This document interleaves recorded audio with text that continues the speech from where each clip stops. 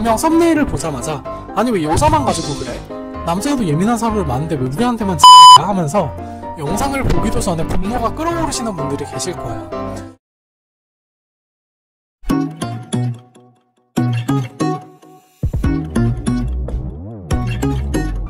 네 번째, 여성들은 자신이 예민할 때 타인의 동조를 구합니다. 뭐 당장 맘카페나 여초 사이트에 가셔서요, 제가 예민한 건가요를 한번 검색해보세요.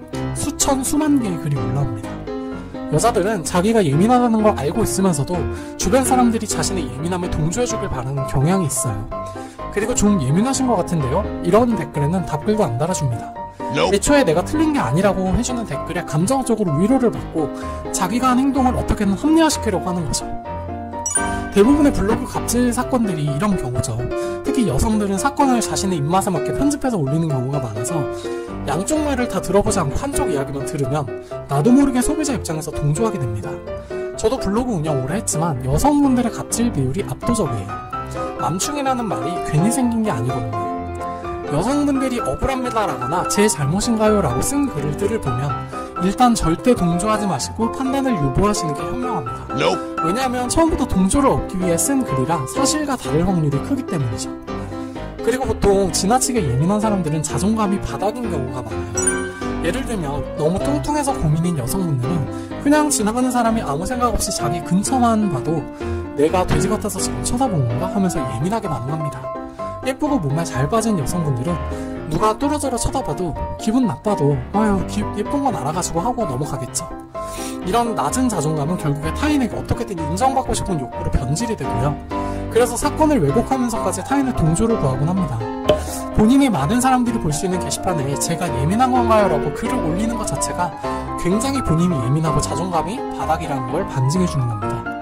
내가 행동이 옳다고 생각했으면 굳이 상황을 모르는 사람들한테까지 감정적인 동의를 얻을 필요가 전혀 없었겠죠. 이런 부분도 남성 여성 간의 갈등이 굉장히 많은 부분이죠. 보통 어떤 사건에 있어서 남성들은 누가 뭘 잘못했는지를 따지는 편이지만 여성들은 단순히 무조건적인 동조나 위로를 구하는 경우가 많으니까요. 상사에게 꾸중을 들어서 여자가 속상해하는 경우에도 실제로 잘 들어보면 꾸중 들을만했네 하는 경우가 많습니다. 본질을 들여다보지 않는 이런 예민한 여성들의 무조건적인 동조는 큰 피해를 양산하기도 하는데요. 미미쿠키 사건이라고 예전에 기억하실 거예요. 아이에게도 먹일 수 있는 유기농 수제 쿠키 어쩌고 해서 맘카페나 여초 사이트 중심으로 온라인 판매를 하던 쿠키랑 빵이 알고 보니까 그냥 기존의 포스트코 쿠키를 소분해서 파는 거였죠. 근데 당시에도 그런 카페에서 의견이 분분했었어요. 좀 위식이 있고 분별이 있는 여성분들은 이게 뭐 수제라고 해봤자 설탕 넣어 만든 쿠키인데 그렇게 건강에 좋을까요? 뭔가 시중에 파는 거랑 맛이랑 모양이랑 이런 게 너무 똑같은 것 같다. 객관적인 입장에서 자유롭게 의견을 개진했었거든요. 근데 이런 글이 묻히고 폭발적으로 팔릴 수 있는 원동력이 뭐였겠어요? 우리 아이는 아토피가 있는데 이 쿠키는 먹어도 괜찮아요. 너무 좋은 제품을 만들어주셔서 감사해요. 이런 댓글이 달리면서 동조해주는 사람이 한두 명이 아니었다는 거예요. 결국에는 이런 무조건적인 동조를 요구하는 분위기와 특유의 폐쇄성 때문에 더 많은 피해자들이 생길 수밖에 없었던 거죠. 본인이 예민하다고 생각하는 여성분들은 다른 사람이 생각해서 동조를 얻으려고 하지 마시고 본인의 자존감이 너무 낮지는 않은지 한번 고민해보고 자존감을 높이기 위해 노력을 해보시는 게 좋을 것 같아요. 마지막으로 여성의 예민함은 논점을 쉽게 벗어납니다. 예를 들면 사실 정말 극도로 예민하신 분들이 아니고서는 지금 제 영상을 보면서도 화를 내실 필요는 없어요.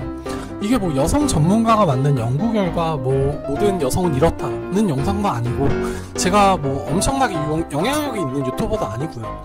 저런 예민함은 좀 심하다 이런 정도로 받아들이시면 되는데 분명 썸네일을 보자마자 아니 왜 여자만 가지고 그래? 남자애도 예민한 사람들 많은데 왜 우리한테만 지랄이야 하면서 영상을 보기도 전에 분노가 끓어오르시는 분들이 계실 거예요.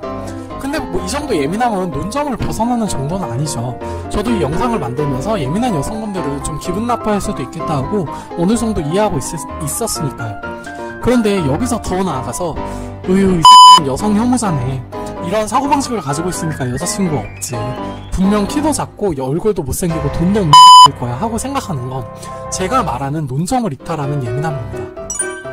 지나치게 예민한 여성들은 자신의 극단적인 예민함을 합리화시키기 위해서 다른 사람을 깎아내리고 비하하는 일을 서슴지 않는데요.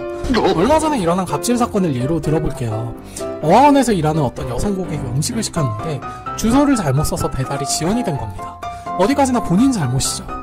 결국 배달원이 몇십 분 기다려서 결제를 하고 배달을 완료해서 모든 일이 종결되나 싶었는데 이 여자가 배달 대행업체로 다시 전화를 해서 본인들이 학교 다닐 때 공부를 잘했으면 배달 일을 했겠냐는 둥, 기사들이 오토바이 타고 부릉부릉 놀면서 운신하면서 음악이나 들으러 다닌다는 둥 비하 발언을 해서 논란이 됐었죠. 사건의 발단은 결국 여자분이 주소를 잘못 쓴 거였는데요. 갑자기 엉뚱하게 배달 대행업체랑 배달기사한테 욕을 하기 시작하죠. 배달기사분이 공부를 열심히 했는지 안 했는지는 사실 이 사건이랑은 크게 관련이 없습니다. 내가 잘못을 했어도 내가 기분 나쁜 건 결국 너네 잘못이야 라는 게 바로 초예민한 여성들이 가지고 있는 사고방식입니다. 백화점 화장품 코너에서도 비슷한 일이 있었죠. 제품을 바르고 나서 트러블이 생겼다고 직원의 머리끄댕이를 잡고, 보통 제품이나 성분에 문제가 있으면 본사로 가서 항의를 해야 되잖아요. 근데 아무 잘못도 없는 저 세일즈 직원한테 가서 제품이 문제가 있다고 저렇게 화를 낼 수 있을까 싶은 거죠. 사실상 만만하게 생각하니까 저렇게 가서 갑질을 할 수 있는 겁니다. 가장 최근에 고깃집 환불모녀 논란도 있었죠. 그냥 잘못한 것도 아니고 방역수칙 때문에 자리를 살짝 옮겨달라고 했는데 자신들이 기분 나쁘다는 이유로 다 처먹고서 환불을 요구하고, 그걸 들어줄 수 없다고 하니까 갑자기 가게에서 어기지도 않은 방역수칙을 어겼다고 어거지를 쓰면서 신고를 하겠다고 이런 거짓 협박까지 만들어낼 정도입니다. 이렇게 없는 일을 만들어내는 거 좀 신기하다고 생각하실 수도 있는데요. 외국 여성들도 이런 사례가 있어요. 우리가 영어 표현으로 흔히 카렌이라고 표현을 하는데요. 극도로 예민한 여성들을 지칭하는 표현입니다. 한국에도 보도가 된 몇 가지 사건들을 말씀드리면요. 센트럴파크에서 세대를 촬영하던 흑인을 보고 갑자기 흥분해서 날 공격하려 한다고 경찰에 전화를 하는 카렌도 있었고요. 자기 집 담벼락에 흑인의 목숨을 중요하다고 그래비티를 하던 동양계 남자에게 그냥 지나가던 여자가 나 이 집 주인이랑 아는 사이인데 지금 왜 남의 담벼락에 낙서하는 거니? 경찰에 신고한다? 이러던 카렌이나, 그냥 전후 관계없이 본인의 예민함이 이끄는 대로 논점을 벗어나서 상황을 조작하려고 하는 경우도 많습니다.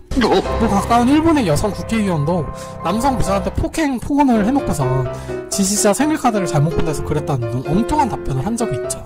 나를 예민하게 만드는 어떤 문제점이나 사고가 있었다면 그 문제를 확실하게 해결하기 위해서 노력을 하는 게 우선이잖아요.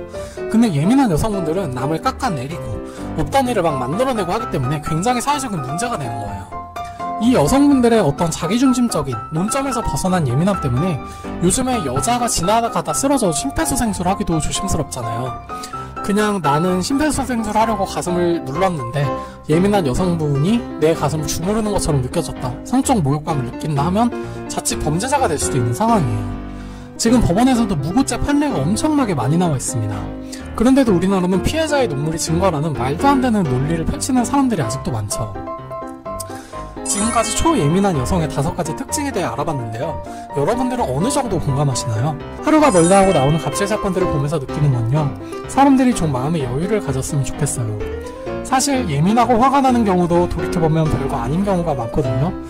정신과 의사로 유명한 오은영 선생님도 화가 나면 포출하지 말고 일단 시간을 두고 참는 연습을 해보라고 말씀하시잖아요. 예민한 게 갑질이 되는 건 정말 순식간이니까요. 어쨌든 본인이 예민한 성격이면 부디 예민함을 줄여보려는 노력이라도 해보셨으면 좋겠네요. 오늘도 긴 영상 시청해주셔서 감사드리고요. 영상에 공감하신다면 구독과 좋아요도 많이 부탁드릴게요.